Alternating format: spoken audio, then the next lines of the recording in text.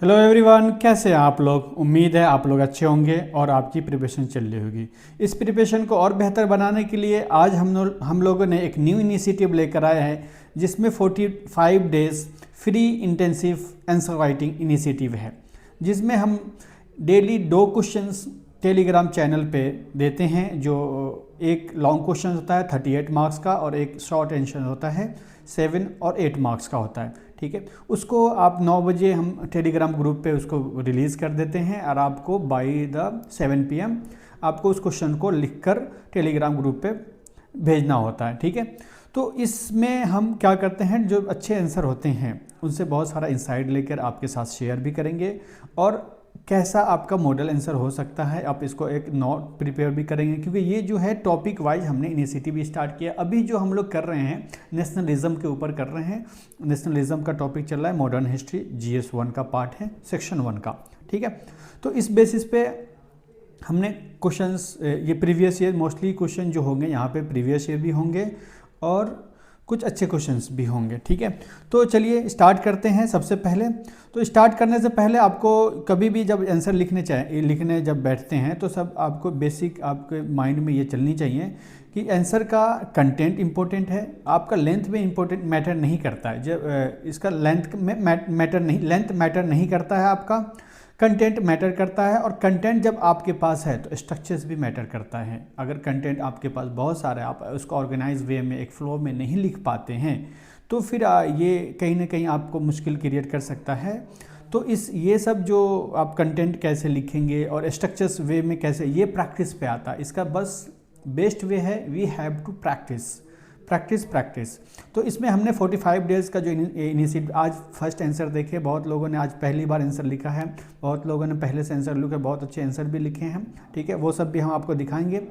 तो बस इसमें 45 डेज़ का ये टास्क है, एक्सरसाइज है, आप इससे जुड़िए और इसमें ज़्यादा से ज़्यादा आप इसका फ़ायदा उठाइए। ठीक है, तो चलिए स्टार्ट करते हैं। क्वेश्चन नंबर 1 पढ़ते हैं, डे 1 का।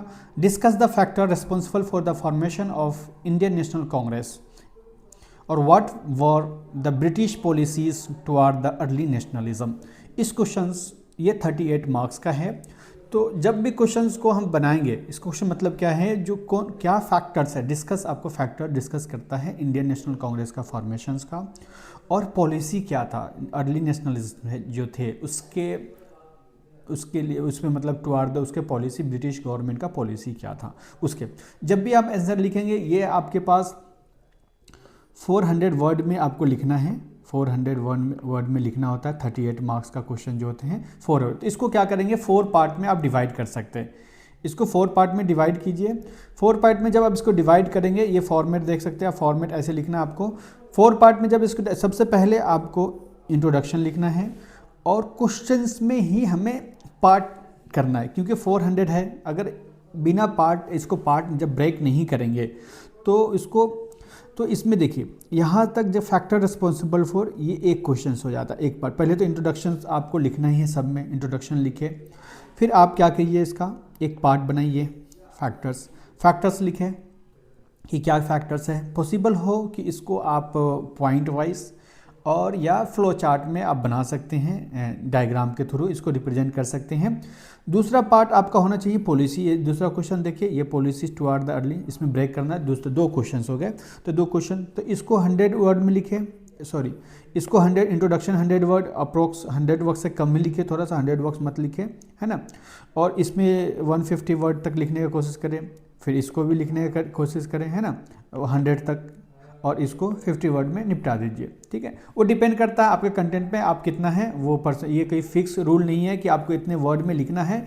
बट आपको ये डाउट होता होगा कि हमें 400 वर्ड लाए कहाँ से, कैसे करें, तो इस तरह से आप इसको ब्रेक कर सकते हैं क्वेश्चंस को। ब्रेक करने के बाद इस पर लिखना स्टार्ट करेंगे तो आपको एक फ्लो मिल जाएगा और एग्जामिनर को भी समझ में आएगा कि इन्होंने सारे जो भी रिक्वायरमेंट ऑफ क्वेश्चंस है उसको आंसर किया है बहुत अच्छे से। ठीक है, तो चलिए स्टार्ट करते हैं। तो ये आप ये मत भूलिए जब जब भी, क्योंकि आईएनसी का जो फॉर्मेशंस है, आईएनसी का 80-85 में होता है, इंडियन नेशनल कांग्रेस का, ये सबको पता है, ठीक है। तो ये तो सब लिखेंगे तो ऐसा मत, कुछ यूनिक तरीका मत आप अपनाइए कि इस जब भी इंट्रोडक्शन लिखे तो फैक्ट से, डेटा से अब स्टार्ट किया। तो यहाँ पे ये देखिए ये जो आपके पास फैक्ट का डाटा है, बहुत लोगों ने इसमें डेट लिखा, एग्जैक्ट डेट 28 दिसंबर 80-85 को। इतना अगर डेट लिखने की ज़रूरत नहीं है, आप सिर्फ ईयर लिख दीजिए, सफिशियंट है। और गोलक दास संस्कृत कॉलेज है, बहुत सारे लोगों ने यहाँ पे यूनिवर्सिटी लिखा है, ठीक है, उसको ध्यान रखना है, कॉलेज में है और इन बॉम्बे में हुआ, बस इतना फैक्ट। उसके बाद में हमने लिखा कि फर्स्ट प्राइज WC बनर्जी है, WC बनर्जी है, ठीक है। WC बनर्जी ने सबसे पहले इसको प्रेसिडेंट किया और 72 लोगों ने पार्टिसिपेट किया, ठीक है। और इस किसके हेल्प से हुआ? एहो ह्यूम के हेल्प से ये फॉर्म हुआ आईएनसी। पहले हमने पूरा इसके बारे में बताया कि कैसे कैसे आपका फॉर्म हुआ, किसके अगेंस्ट में हुआ। Formation was result of multi social, political, economical and administrative factors, ठीक है, बहुत इसके कारण हुआ। तो इस तरह से हम किया, ठीक है। इंट्रोडक्शन पार्ट क्लियर है, आप इसको देख सकते हैं। दूसरा पार्ट आता है क्वेश्चन का, ये फर्स्ट पार्ट हमने कवर किया। फर्स्ट पार्ट के बाद आता है सेकेंड पार्ट, ठीक है। सेकेंड पार्ट में हम कॉज बिहाइंड करेंगे, इंडियन नेशनल कांग्रेस का फॉर्मेशंस का क्या कारण है उसको डिस्कस करेंगे। तो उसमें सबसे पहले है पॉलिटिकल अवेयरनेस एंड नेशनलिज्म, ठीक है। तो वो कैसे हुआ, ये सब पॉइंट आपको होनी चाहिए, जैसे political, economical, social, educational, culture, ये सब पॉलिसी होता है कि इसके सब जब फॉर्मेशन होगा तो सारे एंगल हम कवर करेंगे। जैसे पॉलिटिकल होगा, ये फ्लो चार्ट बना के आप लिख सकते हैं, बहुत सारे लोगों ने ऐसे लिखा है, हम उसको शेयर करेंगे आपके सामने और अभी बताएंगे कैसे उन्होंने बहुत अच्छे तरीके से इसको बनाया है, ठीक है। तो इस तरह से आप इसको क्लियर कर सकते हैं, ठीक है। इस तरह से फ्लो चार्ट बनाकर इसको लिख सकते हैं, कॉजेज़ लिखकर, और ये पूरा आप डायग्राम बना सकते हैं।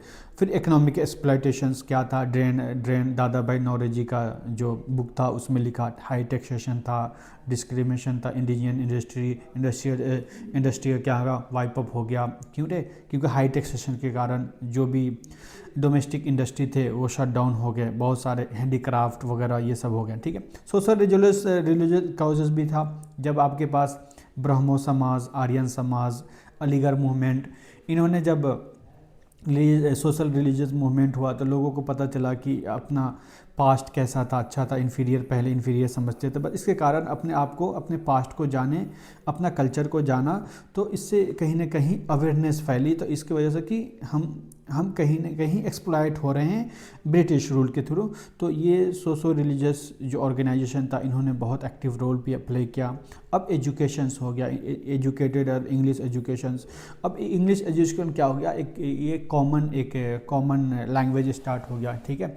तो कॉमन की वजह से क्या हो गया, ये कॉमन लैंग्वेज लोग डिस्कशन करने लगे। जो भी बहुत लोग इंग्लैंड जाके पढ़ाई करना स्टार्ट किया, तो वहाँ से जब इंटेलेक्चुअल लोग आते थे तो वो देखते थे वहाँ का लाइफ और यहाँ का लाइफ, तो वो फिर यहाँ पे सब उसके बाद नेशनलिज्म इंटरेस्ट उनके अंदर आने लगा, ठीक है। इस कारण से भी आईएनसी का फॉर्मेशन हुआ और हमें इंडिपेंडेंट मिली, ठीक है। लाइक आइडिया जैसे डेमोक्रेसी, लिबरलिज्म, ह्यूमनिज्म, ये सब का कंसेप्ट एराइज हुआ जब इनके पास जब एजुकेशंस आया, इन्होंने जब स्टडी किया। तो इसके बारे में बहुत सारा वर्नाक्युलर न्यूज़पेपर जैसे केसरी हो गया, हिंदू अमृता बाजार पत्रिका, इन्होंने बहुत रोल प्ले किया आईएनसी को फॉर्मेशंस के लिए। बिकॉज इन्होंने जब न्यूज़पेपर था तो ये न्यूज़पेपर पंचायत बैठते थे और वहाँ से लोगों के बीच नॉलेज डिलीवर होते थे। तो न्यूज़पेपर के थ्रू, पत्रिका के थ्रू, ये सब पैम्पलेट के थ्रू हमने नेशनलिज्म ने बहुत ये सब जो भी एक्सप्लॉयटेशन ऑफ ब्रिटिश का है उसको लोग स्प्रेड किया, अच्छे से लोगों को समझाया। तो ये सब पॉइंट आप मेंशन कर सकते हैं। हाँ, अब रिएक्शनरी पॉलिसी था ब्रिटिश का, बहुत सारा रिएक्शन जैसे लिटन का था, लिटन का पॉल्यूशन था, वर्नाकुलर प्रैक्टिस एक्ट हो गया, आर्म एक्ट हो गया। तो वर्नाकुलर प्रैक्टिस एक्ट है, अगर आपके पास ये ईयर नहीं मेंशन है तो डायरेक्ट आप अगर फॉरगेट एग्जैक्ट नाम आप ईयर नहीं पता है तो आप ये एक्ट लिख सकते हैं, इसको हाईलाइट भी अंडरलाइन कर सकते हैं। तो इससे कब तक है कि इसको पता है, act year is not important, but अगर पता है तो और अच्छे हैं, अच्छी बात है, ठीक है। तो ये वर्नाकुलर एक्ट के बारे में क्या होगा कि इसमें जो भी वर्नाकुलर नॉलेज था उसको बैन किया, बहुत सारा रेस्ट्रिक्शन हुआ, आर्म के खिलाफ हुआ, ठीक है। उसके बाद इल्बर्ट बीट कंट्रोवर्सीज जब ये आया रिपन के टाइम में, इसमें क्या था, इसमें कंट्रोवर्सी ये था कि जो भी ये इंडियन हो मतलब कि यूरोपियन जज यूरोपियन को ही कर सकते हैं ना, उस तरह से कंट्रोवर्सी था। और तो ये रीजनलिज्म वाला फीलिंग था कि हम यूरोपियन रेसिज्म का टाइप का था इल्बर्ट बिल, ठीक है। तो ये सब जानते हैं, बस नाम इम्पोर्टेंट है, उसको एक्सप्लेन करने की ज़रूरत नहीं होती है। अब जब भी आईएनसी फॉर्म हुआ तो आईएनसी बहुत सारे इससे पहले बहुत सारे ऑर्गेनाइजेशन फॉर्म हुआ, जैसे इंडियन एसोसिएशंस हो गया, बॉम्बे पर्सिडेंट एसोसिएशन हो गया, ये सब बहुत सारा है, किसान वाला, ये सब फार्मर वाला, ये सब बहुत सारी चीज़ फॉर्म हो गया था आईएनसी से पहले। तो आईएनसी जब ये क्या था, ये जब जैसे इंडियन एसोसिएशन हो गया, बॉम्बे प्रेसिडेंसी हो गया, तो एसोसिएशन हो गया, ये सब जो फॉर्म हुआ तो ये सब क्या था, पर्टिकुलर रीजन का कवर कर रहा था। इन्होंने एक स्टूडेंट ने बहुत अच्छे से इसको एक्सप्लेन किया, इन्होंने मैप बना दिया और यहाँ पे मैप बनाने के बाद यहाँ पे लिख दिया कि कहाँ कहाँ है, तो वो अच्छा भी होता है। आप विजुअलिटी आप मतलब कि जो भी एग्जामिनर हो उसका अटेंशन लेने के लिए आप ये काम कर सकते हैं कि वो देखने के बाद वो पता चल जाएगा, अच्छा यहाँ पे है, बस सफिशिएंट है। और ये पॉइंट अगर लिख दिया आपने तो ये सफिशिएंट है। आप एक्सप्लेन ज़्यादा आप वर्ड में करेंगे, वो पता है, सिर्फ आपको विजिबल होना चाहिए कि आंसर विजिबल हो, ठीक है, वो आंसर देते हैं, वो मार्क्स देते हैं, ठीक है। उसके बाद में चलिए आगे, उसके बाद में हमने फर्स्ट पार्ट को कवर किया, फर्स्ट पार्ट को कवर कर लिया है, फर्स्ट और सेकेंड पार्ट को। अब दिखता है पॉलिसी टुवार्ड द गवर्नमेंट। अब पॉलिसी क्या था गवर्नमेंट का नेशनलिज्म के अगेंस्ट में, अर्ली नेशनलिज्म के लिए क्या क्या पॉलिसी था वो यहाँ पे इसका दिया हुआ है। ये डिवाइड एंड रूल पॉलिसी करते थे, जैसे डिवाइड एंड रूल का रिजल्ट हुआ जो formation of Muslim league form हुआ, ठीक है। तो इन्होंने मुस्लिम हिंदू के बीच में डिवीज़न वीकनेस पहने, तो ये सब मूवमेंट को वीक करने का कहीं ना कहीं ये साजिश थे, ठीक है। और उसके बाद में जैसे सप्रेशन ऑफ पॉलिटिकल एक्टिविटीज़, जैसे वर्नाकुलर एक्ट हो गया, इंडियन आर्म एक्ट हो गया, ये सब सेडिशन एक्ट हो गया, इससे क्या हो गया, इससे पॉलिटिकल एक्टिविटीज़ को उन्होंने सप्रेश करने का कोशिश किया। हाँ, कंसेशन ऑफ रिफॉर्म्स, जैसे इंडियन नेशनल काउंसिल एक्ट को थोड़ा सा दिया उन्होंने, ठीक है, थोड़ी सी, जैसे उसको मॉडरेट को अपीज़ करने के लिए उसने रिप्रेजेंटेशन को इंक्रीज़ कर दिया, है ना। तो इस तरह से कर सकते हैं। यूज ऑफ सेडिशन लॉ हो गया, है ना, यूज ऑफ सेडिशन लॉ में बाल गंगाधर तिलक को इसमें सज़ा मिली थी, है ना। तो उसके बाद कैरेट स्टिक पॉलिसी था, एक तरफ से देते थे तो एक तरफ से लेते थे, यही बात होती है। उसके बाद में ये आप जब यहाँ पे लिखेंगे तो यहाँ पे आप conclusion part, formation of Indian National Congress, growing political economic hardship, ठीक है। तो इस तरह से पूरा आप कंक्लूजन पार्ट देख सकते हैं। ये देखिए, ये मॉडल आंसर नहीं है, ये आपको एज इट इज़ रटने का ज़रूरत नहीं, बट बहुत सारे पॉइंट आपको मिलेंगे। अभी आपके लोगों के साथ जिन लोगों ने अभी आंसर लिखा उनका भी शेयर करेंगे टेलीग्राम ग्रुप पे, और अभी भी आपको दिखा देते हैं। तो उससे क्या होगा, आपको एक इंसाइट मिल जाएगा कि आपका स्ट्रक्चर्स कैसा होना चाहिए। अगर आपने अभी आंसर लिख रखे हैं और इसमें कोई अगर न्यू पॉइंट मिलता है तो आप क्या करें, उसमें इंक्लूड कर ले वहाँ पे, क्योंकि नेशनलिज्म का आपका टॉपिक है, ये GS1 का सिलेबस है। तो ये कहीं ना ये आपका टॉपिक प्रिपेयर हो गया। ये आपके टॉपिक कितने मार्क का प्रिपेयर हो गए, तो 38 मार्क्स का सफिशिएंट है। 500 मार्क्स 400 मार्क्स का आपका टॉपिक, अगर किसी टॉपिक पे अगर प्रिपेयर है तो आप उसके पॉइंट लेकर आप कहीं कोई भी आंसर लिख सकते हैं। अगर उस पर आएगा, थोड़ा सा चेंज भी होता है तो इसका पॉइंट आपको यूज़ होगा। तो इसमें अभी क्या करना है, जैसे आज हमने जो आंसर जब पब्लिश करेंगे तो इसमें देखिए, इसमें बहुत सारा आपने कॉमन पॉइंट भी है, बहुत सारा आप लोगों ने लिख रखे हैं ऑलरेडी। तो उसमें क्या करें, जो आपको जो एक्स्ट्रा पॉइंट रखे तो उसको साइड लाइन में आप लिख सकते हैं उस आंसर को, और अपने आइडन का, और उसको रख सकते हैं। आपको जब भी मेंस लिखे उससे पहले आप रिविज़न करके उसको अच्छे से आंसर, जब भी आप इस तरह से अगर क्वेश्चंस आते हैं तो उस नोट्स को रेफर, क्योंकि आपके हैंड रिटन में जो नोट्स है वो याद करने में आसानी होती है, जल्दी हम उसको याद कर लेते हैं, ठीक है। तो ये रहा आपका एक क्वेश्चन नंबर है, क्वेश्चन नंबर, ठीक है। हमने दूसरे क्वेश्चंस के लिए हमने एक टॉपर का आंसर जो रियल टाइम में होते हैं उसका हमने प्रेफरेंस लेके उन्होंने कैसे लिखा है आंसर रियल टाइम एग्ज़ाम में, क्योंकि बीपीएससी का जब आप मेंस लिखते हैं तो इसी के लिए आपको बहुत इंपॉर्टेंट हो जाता है कि आपके लिए एक बहुत सारा आसान काम यह है कि टॉपर का क्वेश्चंस रियल टाइम एग्ज़ाम वाला आंसर सीट आपका अवेलेबल होता है, मार्क्स भी अवेलेबल होता है। तो ऐसे आप ये इंसाइट ले सकते हैं, आप सेल्फ इवेलुएट भी कर सकते हैं कि उन्होंने कैसे लिखा है और एग्जामिनर का क्या रिक्वायरमेंट है। तो ये सब पॉइंट भी आप मेंशन कर सकते हैं। ये टॉपर का आंसर देखते हैं, गवर्नमेंट ऑफ इंडिया एक्ट, ये स्ट्रेट फॉरवर्ड क्वेश्चन था। Government of India act 8058 8 number का क्वेश्चन था, ये स्ट्रेट फॉरवर्ड है। इसमें देखिए, इसमें ना आपको तीनों चीज़ कवर, जो आपको मेन पॉइंट लगता है उसको हाईलाइट करना। जैसे मेन पॉइंट अगर आप बात करेंगे तो यहाँ पे पहले तो इंट्रोडक्शन आप लिख देंगे कि कहाँ पे कारण है 8057 रिवॉल्ट्स है, सेम उन्होंने लिखा। यहाँ पे देखिए इन्होंने जब ये लिखा है 8057 जो ये पॉइंट है इसको रिवॉल्ट, इसको मतलब हाईलाइट कर दिया। बेटरमेंट ऑफ गवर्नमेंट ये हाईलाइट किया, ठीक है। अब उसके बाद में जो भी इम्पोर्टेंट पार्ट है, वेरियस एक्ट एंड पॉलिसी, ठीक है। अब उसके बाद एक्ट पॉलिसी क्या था उसको हाईलाइट किया, जो भी इम्पोर्टेंट पोर्शन होता है उसको हेल्प है। बहुत लोगों ने इसको ऐसे डाउट ऐसे मत लिखे, इसको पॉइंट वाइज, इसको अगर इसको हाईलाइट भी ऐसे बॉक्स में भी बंद कर सकते हैं तो और बेटर हो सकता है, नहीं तो सिर्फ आप डैश दे सकते हैं, ये भी अच्छा है। और इसको हमने बॉक्स में बंद किया और इसको ट्री लाइक का डायग्राम बना दिया था, क्या क्या कारण था। जैसे देखिए सेक्रेटरी का इस्टेब्लिश हुआ, 50 मेंबर्स इस्टेब्लिश हो गए, ठीक है। वाइस राज का नेम चेंज हो गया, ये सब मेन पॉइंट है। 4 पॉइंट 3 पॉइंट आपके पास मेन है तो 8 में से 5 6 8 में 8 भी मिल सकते हैं, 5 6 नंबर भी मिल सकते हैं। जब ये पॉइंट आपका ये मेनली डिपेंड करता है इस पोर्शंस पे आप, क्योंकि और ये आप सोचेंगे कि और ऑर्गेनाइज वे कर लेंगे, क्योंकि बहुत सारे इसमें GS1 में आपका DI का भी पोर्शंस होता है और ये भी करना पड़ता है, थोड़ा सा मैनेज करना मुश्किल हो जाता है। तो इसीलिए इसको आप ऐसे लिख सकते हैं पॉइंट वाइज, तो इससे आपका टाइम भी होगा बच जाएगा और जो रिक्वायरमेंट है वो भी आप उसको अच्छे से टैकल कर पाएंगे, ठीक है। तो इसके बाद में ये देख लीजिए, है ना, ये सब पॉइंट है, तो ये आपको शेयर कर दिया जाएगा। और इसके बाद में देखिए यहाँ पे mode of the establish and division rule policy, ठीक है। तो इस तरह से आप क्या कर सकते हैं आंसर से। ये हमने टॉपर का आंसर शेयर किया है, ये आपको टेलीग्राम पे मिल जाएगा।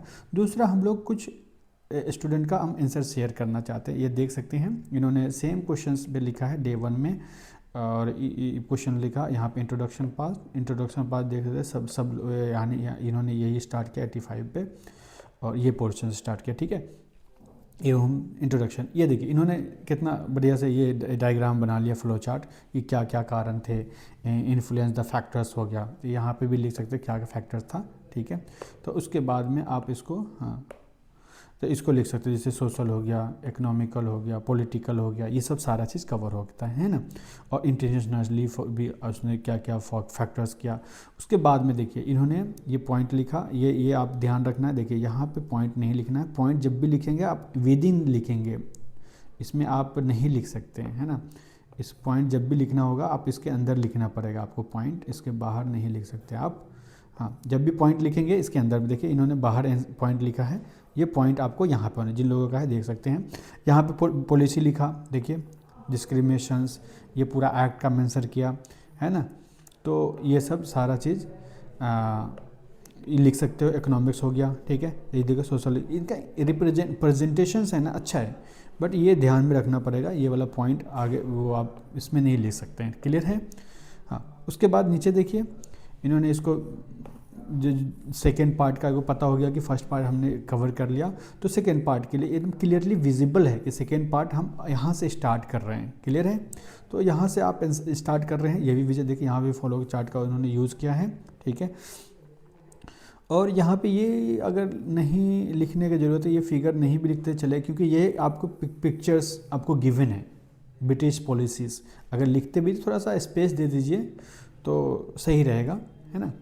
और स्पेस रहता है सफिशिएंट, आप लिख सकते हैं। तो यहाँ पे सब चीज़ को उन्होंने बहुत अच्छे से डिफाइन किया है ना। अब दूसरा क्वेश्चन देखिए, इसमें भी इन्होंने फॉलो चार्ट का बहुत सारा यूज़ किया है, है ना। और इस तरह से आप इसको देख सकते हैं, ठीक है। और उसके बाद दूसरा आंसर देखिए, ये आंसर इन्होंने एक और स्टूडेंट का है, ठीक है।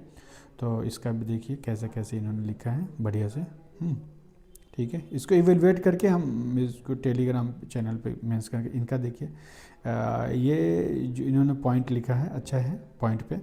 और ये पॉइंट लिखने का अच्छा है कि आप क्या करिए 1 2 पॉइंट कहीं कहीं रोमन में लिख दीजिए 1, कहीं 1 2 लिख दीजिए, कहीं पे AB लिख दीजिए, तो बेटर क्यों होगा, वो एग्जामिनर को ये आसानी होगा कि आपने कितने पॉइंट लिखा, वो काउंट नहीं करना, लास्ट पॉइंट देखा अच्छा 5 पॉइंट आपने लिखा है तो सही हो जाता है, ठीक है।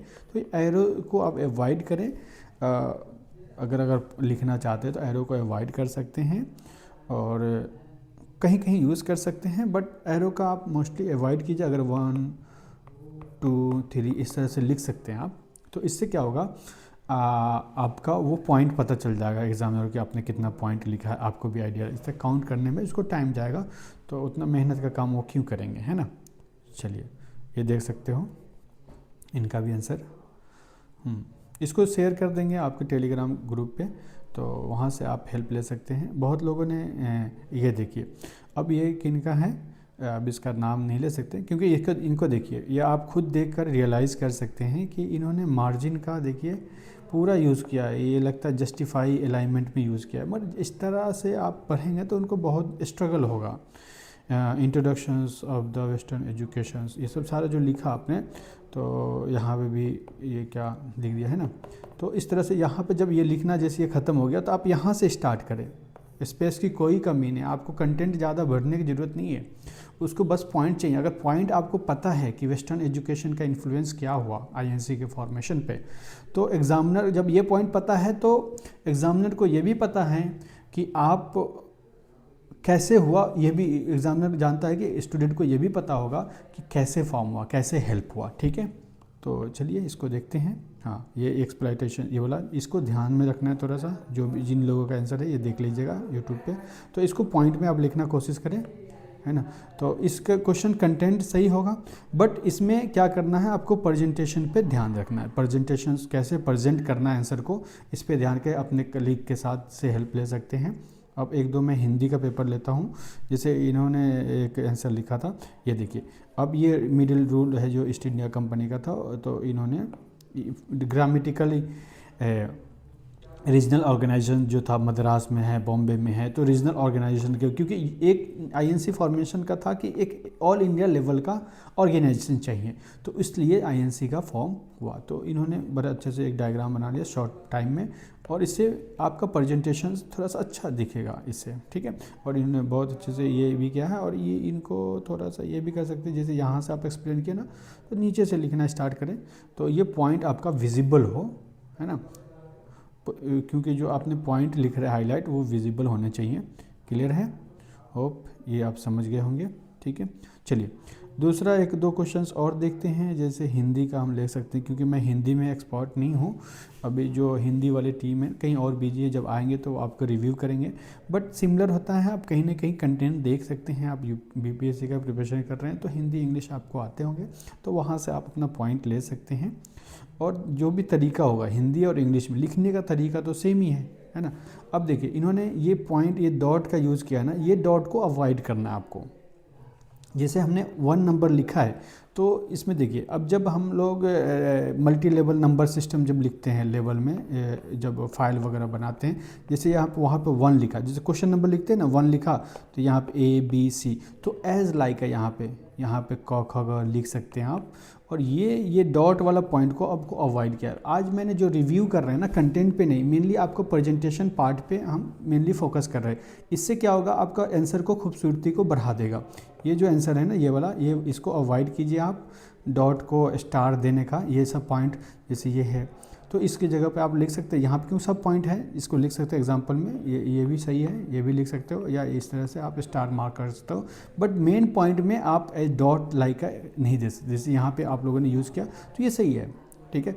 और इसको यूज़ करें तो एक लाइन में यूज़ करें तो सही रहेगा। प्रेजेंटेशन पे ज़्यादा ध्यान दें, प्रेजेंटेशन के साथ कंटेंट भी मैटर करता है। अगर कंटेंट आपके पास है तो आप फोकस करें प्रेजेंटेशन पे, ठीक है, तो कहीं ना कहीं आपको ये मार्क्स आपको दिलाएंगे, ठीक है। एक दो आंसर और ले सकते हैं, अगर लॉन्ग वीडियो हो रहा है तो माफ़ कीजिए आज के लिए, ठीक है। अब इन्होंने देखिए, इन्होंने जिन साथी का आंसर है तो आप देख सकते हैं, तो ये भी पूरी एकदम, ये भी सेम सेम, क्योंकि ये कॉमन डाउट था इसीलिए मैंने बोला कि स्टार वगैरह या डॉट का यूज़ नहीं करें, अवॉइड करें इसको, ठीक है। तो चलिए आज के लिए इतना ही रहने देते हैं, ठीक है। फिर मिलेंगे आपको नेक्स्ट वीडियो में। और आप मेरा ये इनिशिएटिव कैसा लगा आप अपना वैल्यूएबल रिव्यू दे सकते हैं कमेंट सेक्शन पे या टेलीग्राम पे आप दे सकते हैं। और इसमें हम क्या ऐड ऑन करें, वो भी सजेस्ट कर सकते हैं, ठीक है। क्योंकि हम लोगों ने एक इनिशिएटिव स्टार्ट किया, ये मैं सोचता हूँ ये कलेक्टिव होनी चाहिए, आपकी तरफ भी फिर कि आपकी रिक्वायरमेंट क्या है, और मैं अपनी तरफ से दे रहा हूँ, पर आप अपना भी रिक्वायरमेंट बताएं कि आपकी रिक्वायरमेंट क्या है। आप कमेंट सेक्शन में कमेंट कर सकते हैं। और ये सेशन कैसा लिया आप शेयर और सब्सक्राइब कर सकते हैं, और लोगों को जुड़िए इस फ्री इनिशिएटिव में कि मैक्सिमम बेनिफिट वो ले सके, ठीक है। Thank you so much.